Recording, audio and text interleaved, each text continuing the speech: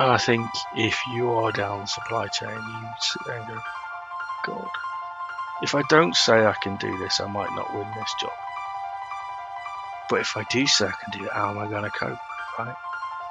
And that takes a mind shift from what I was saying previously. It's not legally, it's not our obligation to do that for them. That's their employees.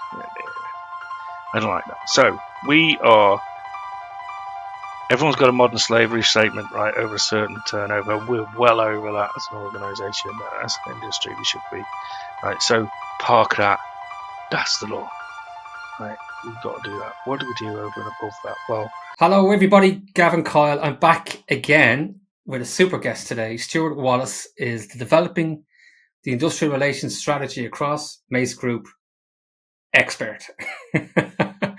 Gavin Kyle, I'm the Gaffer. Welcome to the show, Stuart Wallis. You're had an amazing chat with you on the pre-chat chat. We've talked a lot about a lot of stuff that we want to get into 45 minutes into the show.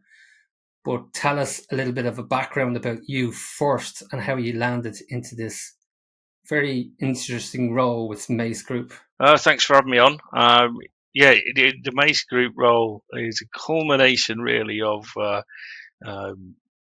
just having a go for the last 20 odd years, nearly 30 years. Cool.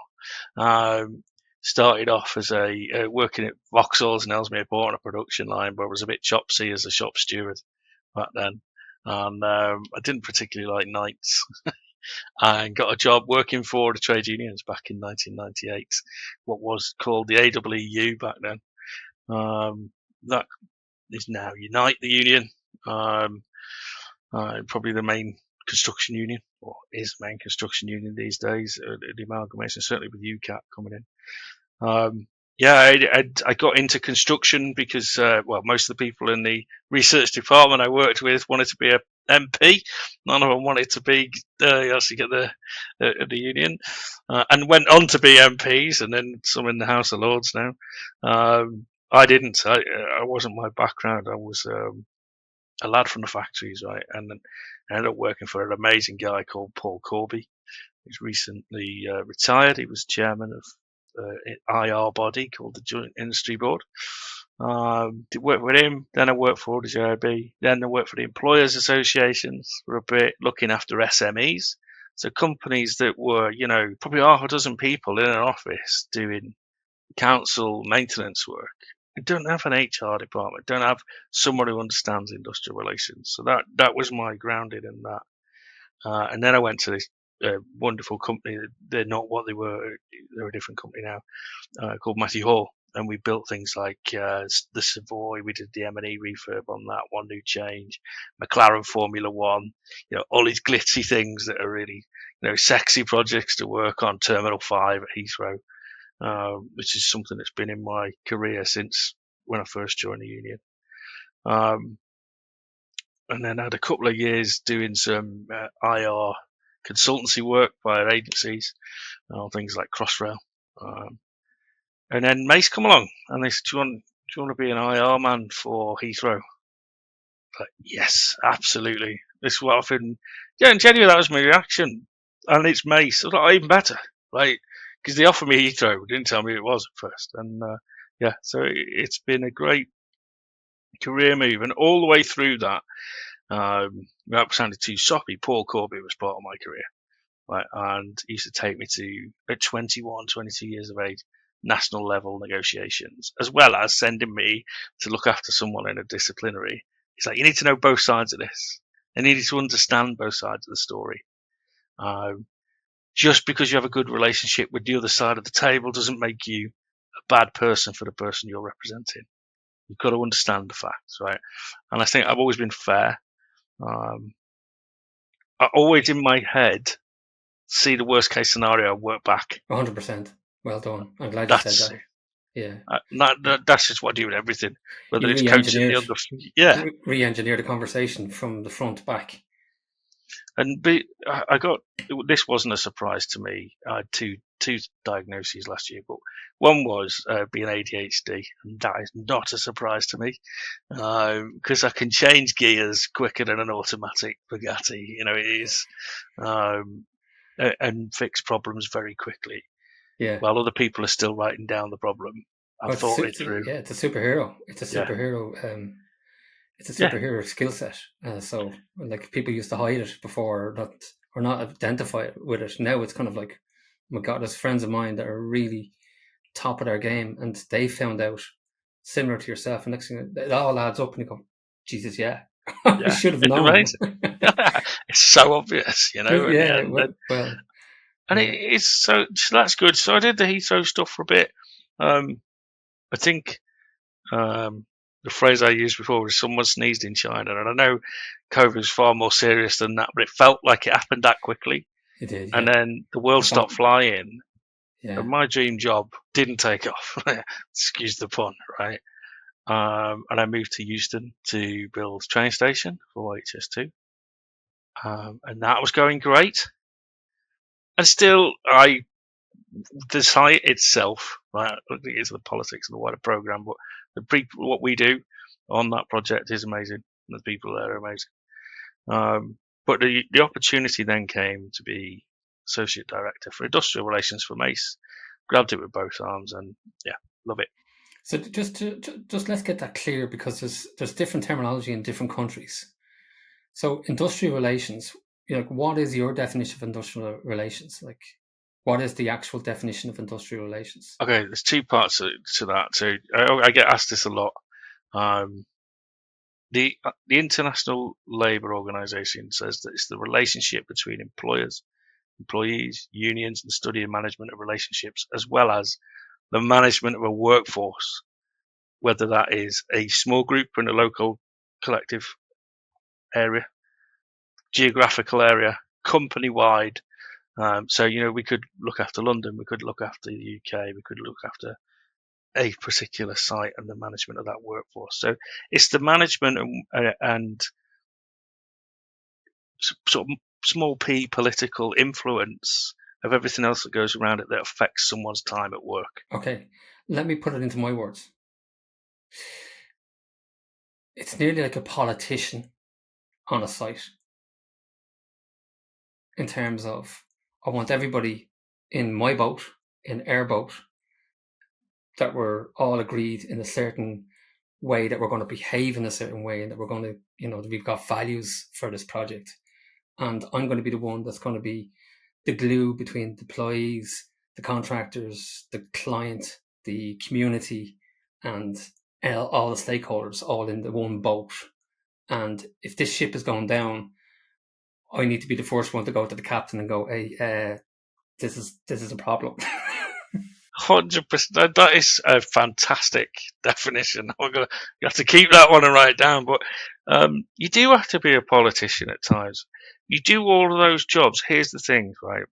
And I've been told recently, this is terrible self-promotion by me, but if you don't have any problems, I'm doing my job right. Because you have to do all those things quietly in the background. Because if you shout about them, then it's not going to go away. Because more people hear about the problems, right? So yeah, the glue and being a trusted confidant to Steve, who does the baskets in the locker room, through the project director and the CEO of the business. You got to be myself all the time, but that's being straight and honest and going, look, I think we should do this. And sometimes when people don't take my advice, and there are times, I get annoyed because I'm patient. I don't know. I used to. Sometimes I think, how can you not see what I can see? Right? And they'll say, yeah, well, the law doesn't say we have to do it. Okay, so when this goes wrong, and our CEO rings you and goes, what the have you done? Why didn't you do this thing? Now you're going to have to say, oh, Stu did mention this. Like, because I'll tell him when he phones me and goes, why didn't you sort this? Well, why don't we talk about that in terms of the unions, your approach with the unions? So how do you see your role with the unions, and do you see any challenges that we the wider industry has. Now, I don't want the unions coming after you, but There's no problem with that, though. if I'm Mr. Gavin Coyle, and I'm a competing company against Mace, and I'm just struggling with these unions. These union guys are holding me, to ransom on particular jobs. Like, is that something that you can get involved in and say, hold on a minute, guys, let's come together and mediate this as a group? Or talk to me That's about. that's a good word, mediate. I think I do have that comes up in our supply chain, and so as an ex-union person, right, a trade union person, and a believer in their value, I'm on the other side of the fence, right? So I've always opened the door. I think good relationships with trade unions. This doesn't necessarily do issues-based recruitment any good. This for unions, right? But good quality relationships with the people on the other side, representing the workforce. I shouldn't say sides, really. We're in the same place, but representing their members, right? Well, I want to be able to ring up here. I've heard this is happening in my supply chain. What's the score? Very quickly, I can tell whether they're clutching at straws or not, right? Sometimes they're chancing their arm, sometimes they're not. Why not? Why not, right? And I can solve the issue. It might be you bark up the wrong tree and bring it on and it'll go away. Or, no, I think you're right, actually. And I'll help you. I'll help you get a resolution. So, but do you not have framework? Do you not have some sort of framework charter with these unions to say, look, for crisis management model, I don't want to have to actually ring the bell and talk to the CEO because a problem became a problem and now it is a problem. Let's front load this with a strategy and a framework that we can all work together. Is that not something that you would have? So we do. In construction in general, there are national agreements set up. So you have like CIJC for construction for civies, M&E, you have JIB, PMES, whatever, and they have those grievance disciplinary procedures in place for sort of joint grievance, collective grievances, and they're good, right? They've stood the test of time, but. No, I'm talking about something that's kind of like a Mace. Oh, yeah. So what Mace do for that, we have our IR standard, industrial relations standard, and it says our supply chain should follow these. But on top of that, we welcome the unions onto our projects.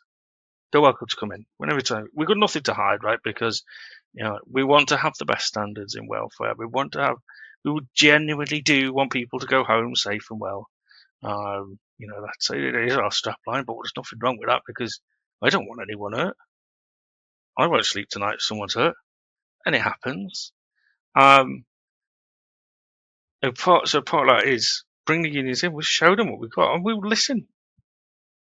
What do you think of this? What do you think we do? Oh, it's great. We put posters up. Yeah, we put posters up if you want, but you be part of our inductions if you like. You can have a slot on the induction. Or do a video and send it in. Like, just record it and we'll press play every time. And put some leaflets out. Because there are things go wrong during your working career. And you need some advice. And the unions are very good at it. I don't want an issue to be that I won't let them in. Right? Then why should it be? Issues should be real. It shouldn't be some perceived nonsense of they won't give us access to that site. Right? Well, why? There's nothing to hide. Right? So come in, and they do, right? But the union's job is to hold us to account to the law as employers. So my response to that is, you can come in lawfully. That's fine, right? Go through elections, get people elected, recruit members. We'll give you all the facilities. It's going to be done properly, and we keep each other on a straight and narrow then of how we. Everybody's holding everybody else accountable. Yeah, and it works, and I think. So let me. They're screaming at the screen here, Stuart. They're saying, Gavin, ask him that $1 million question. What about the supply chain how am I going to put this? Modern day slavery. Okay, it is an actual thing. Let's talk about that. There is people that are being abused in terms of the rates of pay, subbies of subbies, rinsing out the supply chain, not knowing where people are coming from, not knowing people on site that they should know, not knowing the conditions that some of these workers are actually living in off site, because we don't know where they go home to, if they get home, what is home for them. Some of them are getting out of one bed and another fella's getting into the same bed. We've seen stuff on all the papers a couple of years ago where tier one company was involved in terms of, they didn't know, but as you went down the supply chain, it was just people were being parachuted in, shall we say. And I think if you are down the supply chain, you sit there and go, God, if I don't say I can do this, I might not win this job. But if I do say I can do it, how am I going to cope, right? And that takes a mind shift from what I was saying previously. It's not legally, it's not our obligation to do that for them. That's their employees. I don't like that. So everyone's got a modern slavery statement, right, over a certain turnover. We're well over that as an organisation, as an industry. We should be, right? So park that.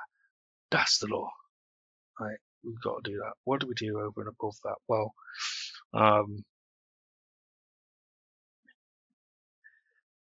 yes, absolutely. And then we have to do something about it. And I'm quite proud of my time at Euston, and we're building up on this everywhere that we can and get to it. I brought in a product. Am I right to the name of products on there? Yeah. Right. It was a company we brought in. It does right to work checks to make sure people have the right to be there before they come on a job. And it does CSCS card checks or competence card checks and certificate checks that are real before they get there. Right. And I love it. Right. So put it in place, let me think, 5 years ago. So it does all these checks. And there's a byproduct of that, because if someone says to you, what are the signs of modern slavery in the workplace? Being able to have a real competence card, being in possession of your own ID documents, pretty important, right? So we asked people to deliver them, like, come show us, prove who you are.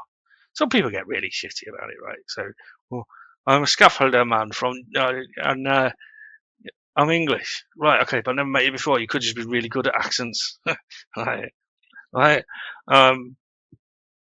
So lovely. I hope you are. Let's just prove it and move on, shall we? It takes 10 seconds. So we put this in place, right? And we've had the Home Office come to look at this because they didn't believe we'd done it so well. Put this PPAC thing in place, right? And I think in the first 18 months, we stopped. We didn't even get through the door. We stopped just over 140 people. I think it was 147 people. I don't know the exact figure. But 51% of them were people who didn't have the right to work in the UK. That's huge. They didn't come in. And someone said to me, how's that tackling modern slavery? I said, well, if we all use this system and therefore you can't come in, then it's not attractive. There's nothing in it for the purveyors of modern slavery to send people to our projects. And the more people do these superb checks, right, that are brilliant. Home Office went away. I mean, I have people in my business going, you what now? Who are you bringing onto the project? Just in case? Because if they find something, and I'm like, hey, I am 101% sure on this, so right, I'm putting my neck on the line here. Do you know what I love? You know what I love about it first? And full disclosure, I actually had to do a consultancy project a while back on this subject, so that's why it's a subject that I get, and I'll share some anecdotal information with you on it as well. What I got from your conversation there straight away was, and this was the challenge that I had found initially when I went to help that company, was they felt that that wasn't their obligation, that it was the obligation of the contractor and the recruitment agency and the union and all the rest of it. I said, no, you're joined, whether you like it or not. That newspaper article is going to be written about you. I've said this to the top of my business very, very recently. Are you going to ring me and go, hey, don't worry, it's not our problem. Forget what they're saying in the construction press or the press. Or are you going to go, how did we end up on the front page here? On the biggest infrastructure projects in the UK or in Ireland and Europe and North America, right? Oh, yeah, okay, it's the last one. Let's do this, shall we? Yeah. So you're right. And interestingly, some of the changes in legislation that the UK government are putting in place will say if you're self-employed, then the person who's responsible for the site is due to check this as well. So when you get those people who are employed in different ways that say they're self-employed, it's going to be my responsibility as tier one contractor to check. Why wouldn't I have this system in place? The duty of care is on you. And the Danish have that model up and running very successfully in the sense that if someone is abusing and doing over the amount of hours, the Danish company's going after the client. Yeah. So the client's going, hold on a minute, I'm Mr. Intel or Mr. Hewlett Packard or Mr. Pfizer. I do Viagra. We don't do construction. Keeping up their end, I suppose, yeah. But I mean, I think you're right. So we have to do these things, and I think what I like to do, and I think Mace, as delivery consultants and construction experts, say, right, we can't give ourselves those titles and not do something about the things that come at us. Don't do everything, right? We can't. Yeah. Let's not pretend we're not a profit-making company. Yeah. But we've got to do more than the rest because here's my thing. When I went for this job, I said, look, I want us to be the project they choose because in central London, for example, there are loads. I call it Mace City because everywhere's a Mace job, right? And I'm lucky to go on them. But there's another job down the road that might pay 10p an hour more, right? 50p an hour more. Yeah. Why would they come to us? Well, let's make sure that's an easy choice. I go there. It's easy to get in because the turnstile's near to the welfare's near to the workplace. I haven't got to go up 10 floors of stairs, flights of stairs to clean my glasses, right? These things, that's 100%. all industrial relations as far as I'm concerned, right? That's an example of that. And tackling the problems head on, whether it's modern slavery to glasses cleaning, right? Everything in between there is important. It's culture. All about culture and behaviours, expected behaviours. Yeah. Both ways. This is what you can expect from us when you're on our jobs, and this is what we expect from you when you. Yeah. Well, let me just give you that anecdotal, and I don't know if this is something that you've looked at. But one of the findings that I found was when we spoke to the individuals. Forget about in a lot of cases they were foreign nationals, so the language was an issue, and then language became an issue for maybe not communicating things to the benefit of the employer, not in terms of the employee didn't know what they were signing up for or contractor. That was one thing. But one of the things that struck me was how many of the individuals that I spoke to that were workers on the ground that didn't understand their payslip. Yeah. It's shocking. So last month was different. Last week was different. Yeah. Why was it different? I don't know. Did you ask anybody? No. What's this line here that says here? I don't know. Yeah. And it's just wrong, isn't it? It's just wrong, isn't it? There's no other way of saying that, right? So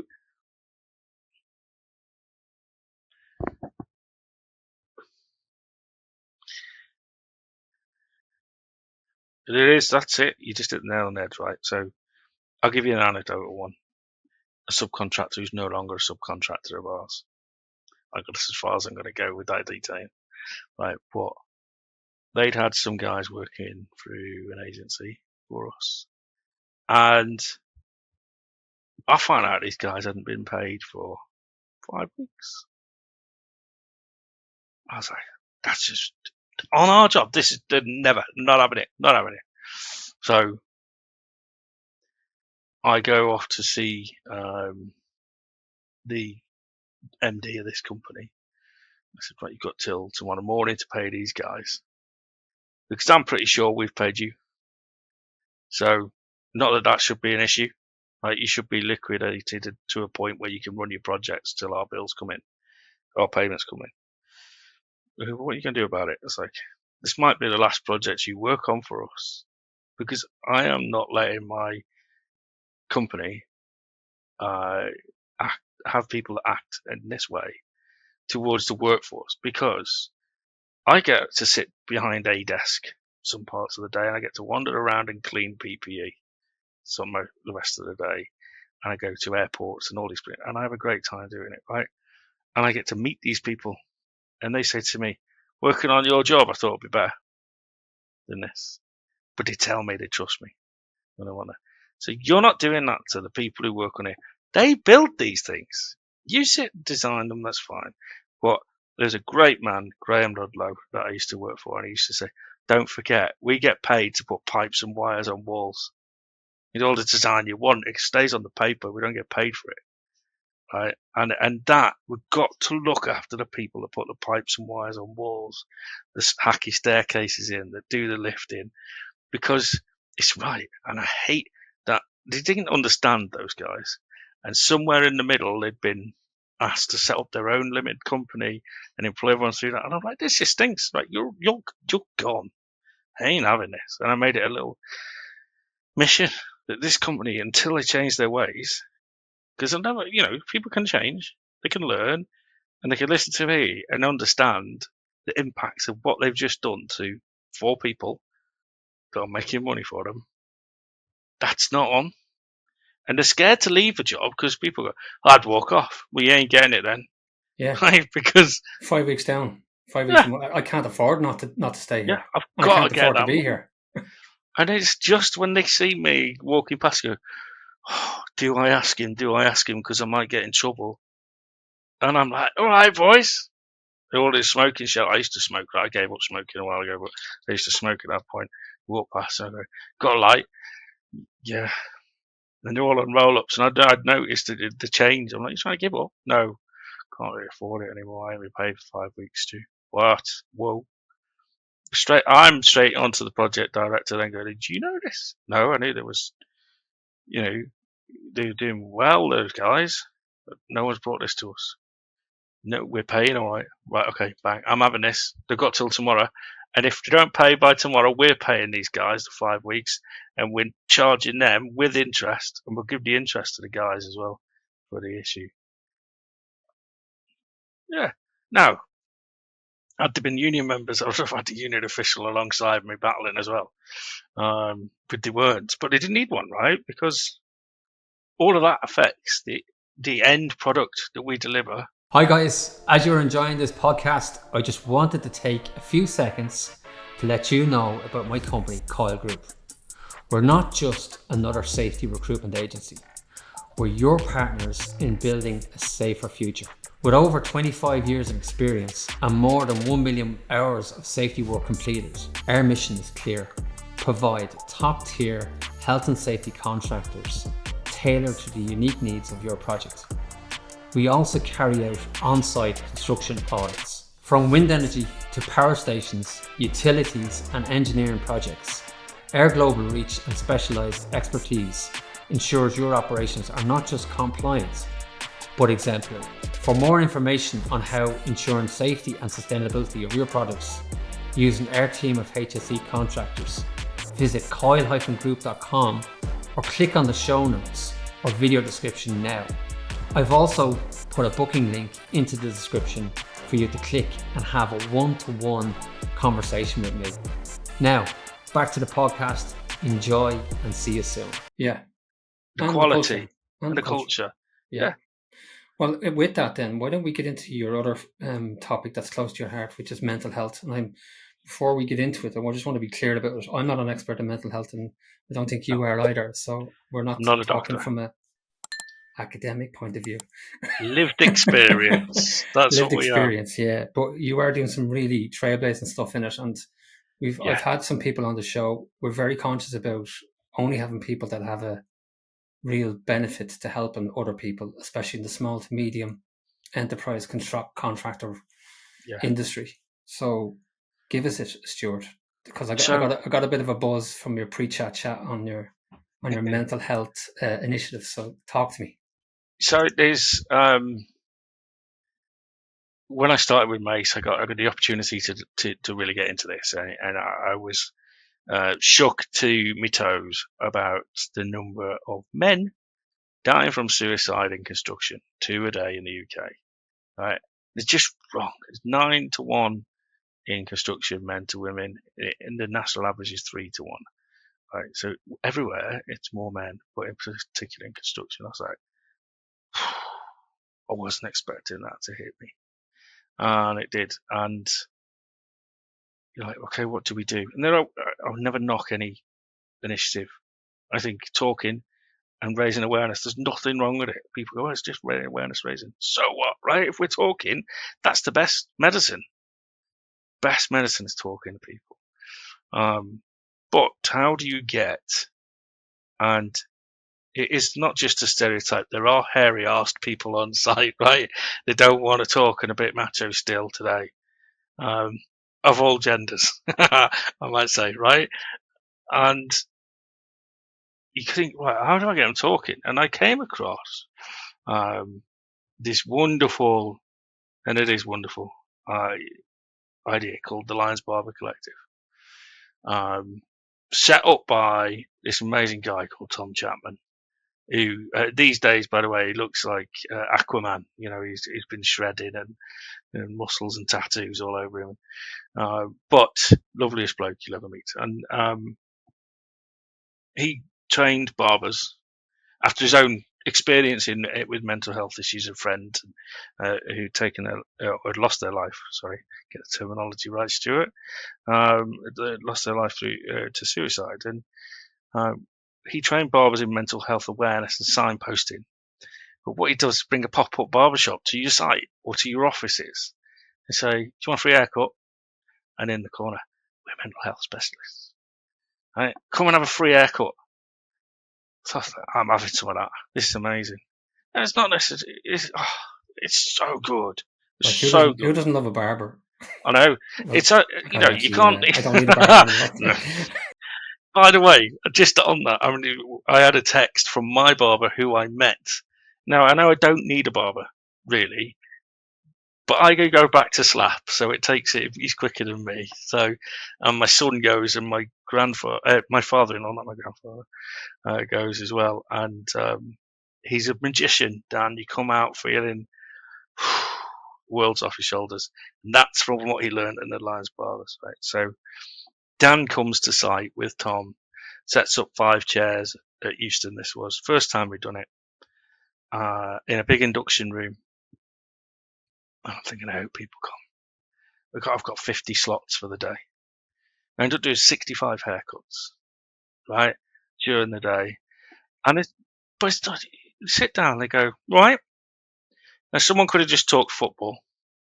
Someone could have talked nothing, just been quiet, through to people talking about marital problems. And the concern people have, and I did, we're only a metre apart. You put that gown on, it's like the invisible cloak in Harry Potter. I'm not a big Potter fan, but I know what it is, right? Puts that cloak of thingy on. And they're having a haircut. There's no mirrors, only the one the barber might show you. And they just talk. And the people get it off their chest. There was one guy who's a colleague. I ain't going in there. No one touches my hair. My hair's beautiful. Only women do my hair. And he kept coming in and out, in and out. And he had the teeth done as well. You'd had the teeth done, yeah. We've all seen them, Stuart. But he was, I don't think he had the teeth done, actually. If he watches this, he'll kill me for saying that. But by the end, Tom said, look, come in or don't, but you're putting other people off because you're a manager. And he sat down and said, it went from, this is nonsense, to giving us a background. I'm going to go into his background because he might watch it. Giving a background to how he wasn't great at his first time married and wants to be brilliant now, wasn't brilliant at his job then, wants to be amazing now, wants to be a great dad. You're like, you just had a mental health conversation there. No, you weren't thinking of there's no other option other than to finish at that point. But having those conversations in life and someone around to talk to about this, looking at the minutiae and getting stuff off your chest was brilliant. And we've done it in loads of places since. I became a patron for it, and Tom will wheel me out to other clients, and I'm like, right, this has to be 15 minutes, Tom, because I'm on Mace's money. Sorry, right? I'm on Mace's money, but I would happily do this to go and say, you should do this. Yeah, absolutely. And it's grown. More and more people want to do it. It was hard for him as a charity, I'll be honest. So he does it as part of his business, but I don't think it needed to be a charity anyway, right? Because if I have a safety harness that saves me falling from height, I don't check it was built by a charity made out of Tibetan monk robes or something, right?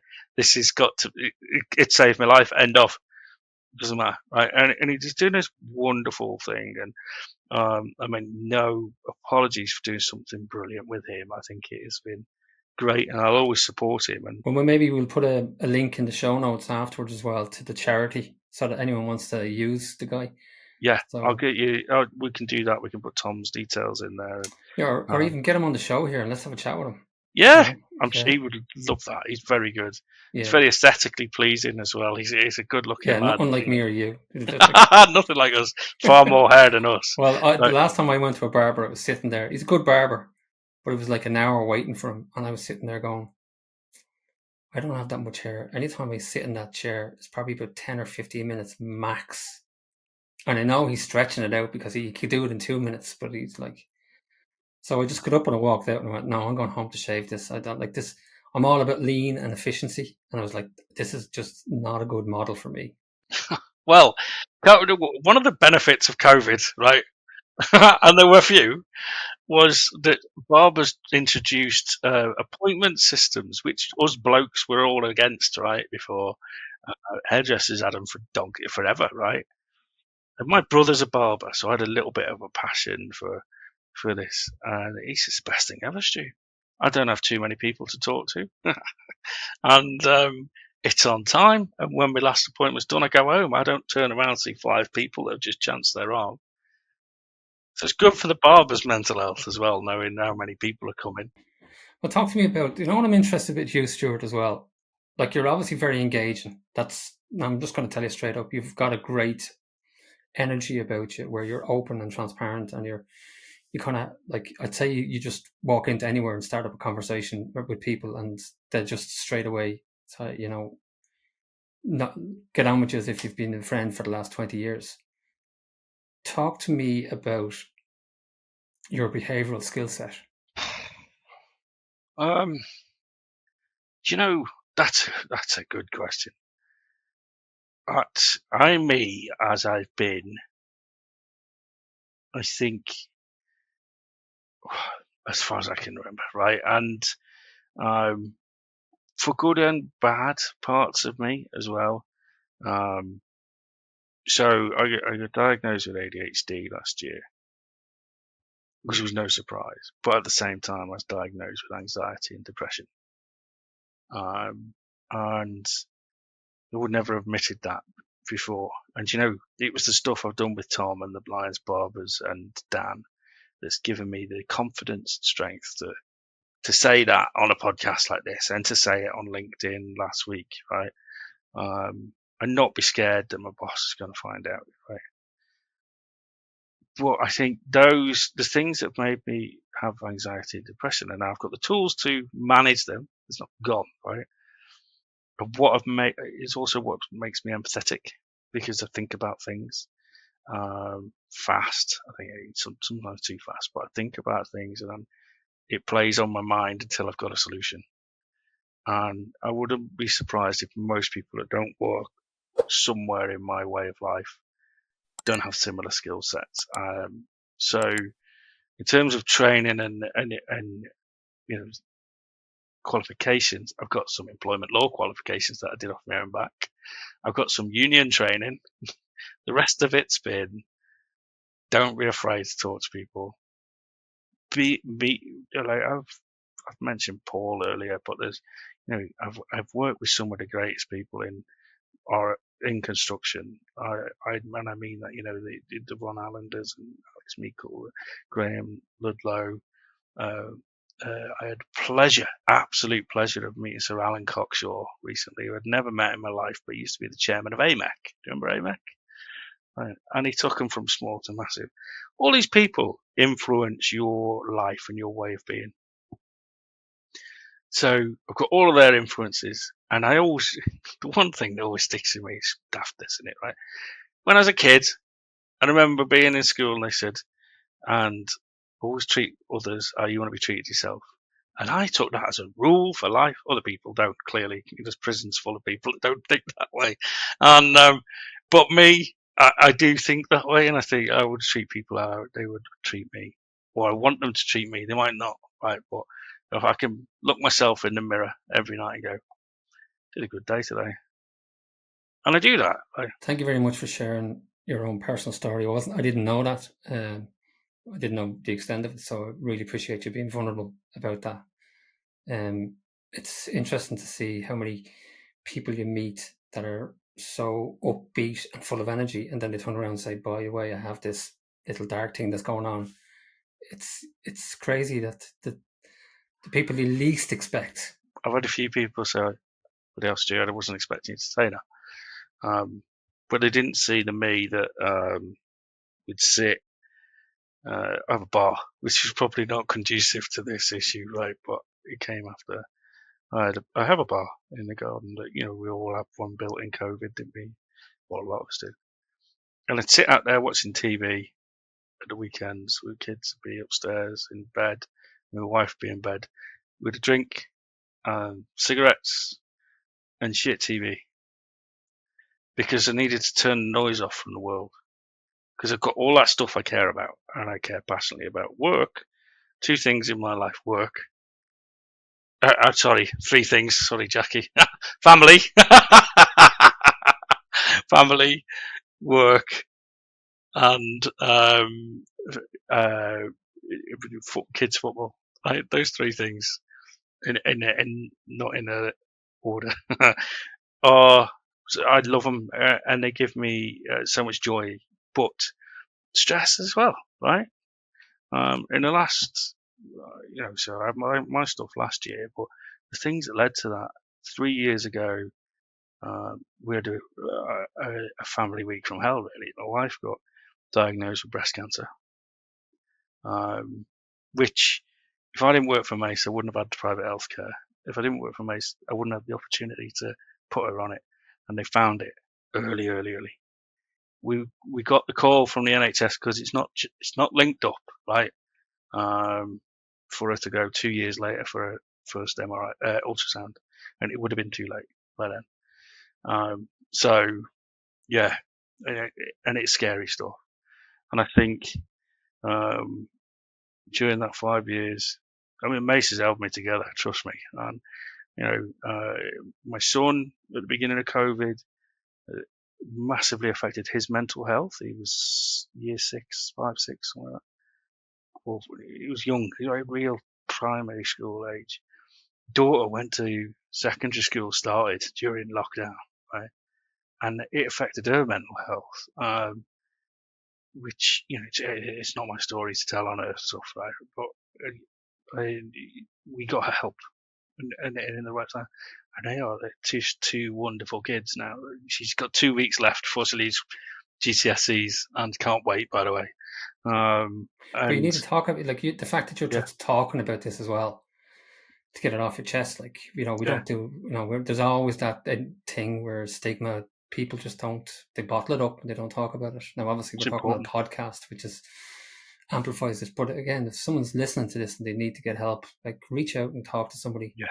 Go and talk to a friend, go and talk to a neighbour, go and talk to whoever your confidant is. I think that's important. And I'm talking as if it's just me and you, right? I think because 22 countries, 26 countries, over I a know, million yeah. viewers. But you're all right. You're good. But yeah, Keep we're going. fine. No pressure. I think it's important that people understand if someone's watching this or listening to this, hey, it's all right. Talk. There's someone in here. Find someone to talk to. If you think I can't tell that person because they're going to bite my head off, all right, there's billions of other people in the world. There'll be someone to talk to. Could be a stranger. Don't necessarily go to the pub, but find someone to talk to. Good, and do it early, right? If you're just starting to feel the signs of tough week, talk to someone about it. And it's important, right? And the mental health is, I think, good mental health is conducive to good physical health. Yeah, I agree with that. Like I think I've done a short video recently. If your body and mind is in a healthy state, a lot of other things fall into place. And we spend a lot of time thinking about having to chase the money in order to give yourself the lifestyle that you want. But at what cost? It's not all about the money. Well, you need money to live, of course you do. But I have a lot of admiration for people who can work away. I've travelled a lot in my jobs for across the UK mainly, right? But up and down to different parts, different offices, different country, different projects. Sorry, love it. But I'm going home in 2 days. And you people who work away for 2 weeks. I mean, I would go back to 2011 ish, and there were a lot of people travelling from Scotland to work at the airport then. And I got to know one of the guys really well, such a lovely chap. Worked away from home, and Scotland were playing on a Friday night, and the guys and they used to walk from Heathrow back to Poyle where their digs were, and you had to go across the railway line. Now, there's trains coming, there's massive lights on them, apart from the freight train, and you're like, he's away from home. The guy's working away. There's things you don't expect, and these are the things that have shaped me during these experiences. Going up to his funeral, and representing the business with the lads on site, and people ring you and go, "Where are you?" Oh, I'm at such and such a person's funeral. Oh, why are you over? That's my job, and he's a friend. I've worked with him every day. He called me Gaffer. That was enough. I was a Gaffer. That's why one of the things I like about it, and being someone's who go, "All right, Gaffer," that's a respect thing, and I think you come across those experiences in life, and that's what shapes you. So that's where my skills comes with life experience. That's an amazing conversation. Thank you for sharing all that. I'm going to throw some curveballs, actually, if you don't mind. Go for it. Favorite book? Why? Doesn't have to be a business book. It doesn't have to be a business book. Okay.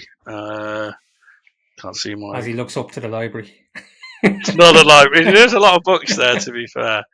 I would say it's always a book that makes me laugh. So, The Sound of Laughter, Peter Kay. Peter Kay is brilliant. His book is incredible. Yeah. Is it his own personal story, obviously, is it? Yeah. Right up until he makes it. Not the stuff where he has made it, that's another one. But The Sound of Laughter, I've got it there. I was just checking to see if I had it. Didn't he have a mental health crisis as well? Did he? He went off. Don't want to say it, but I think did he go off? Was it him that stopped for a while? He stopped for a while. Yeah. Due to illness in the family. Sorry. Apologies. Let's leave it there. I think because I don't know. I love him. I've watched all of his stuff, read all his books, but that book in particular is good. The other one I'm reading right now is Big Dunk. I'm an Everton fan. Big Dunk. Ferguson. Oh my God, yeah. I'm reading through that. It's an eye opener, but it's great. And He's like, Don't fall out with Big Dunk. Few people did. Yeah. So that's good. Yeah. Tell me something about you, Stuart, that not many people would know about you. I go, geez, I never knew that about Stuart. Oh, that's tough because I'm not very good at keeping things a secret.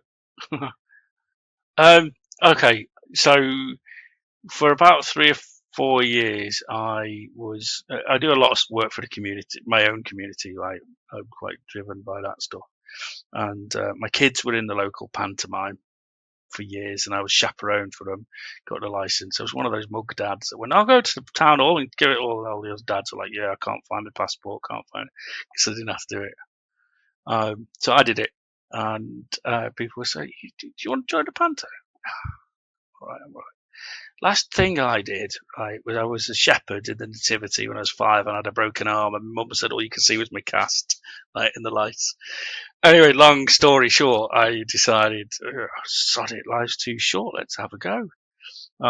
So I signed up to join Panto to be at the back and sing, right, and be there with my kids, do something with them. About 2 months into rehearsals, the guy who was one of the pirates in Treasure Island, one of the principals, went, "I'm out. Can't do it." For whatever reason. I can't remember why. And they went, "Stu, would you do it?" I was like, "Oh, what now? Would you do it?" I was like, "I go on, yeah." Like, so I did. I ended up being a pirate first year. Standing at the front, remembering these lines, bricking it. I think the most nervous I've ever been in my life. Stood in front of a room full of strangers, and I've done two now. I did to Treasure Island was the first one, and the second one was Cinderella or Rapunzel, and well done, you. I played a weasel in the second one. That was mad, and That's going to stick now, Stuart. That is oh, going to stick. the IR weasel. That's me. So yeah, that's something some people might not know about Knowing what you know now, what would you do different?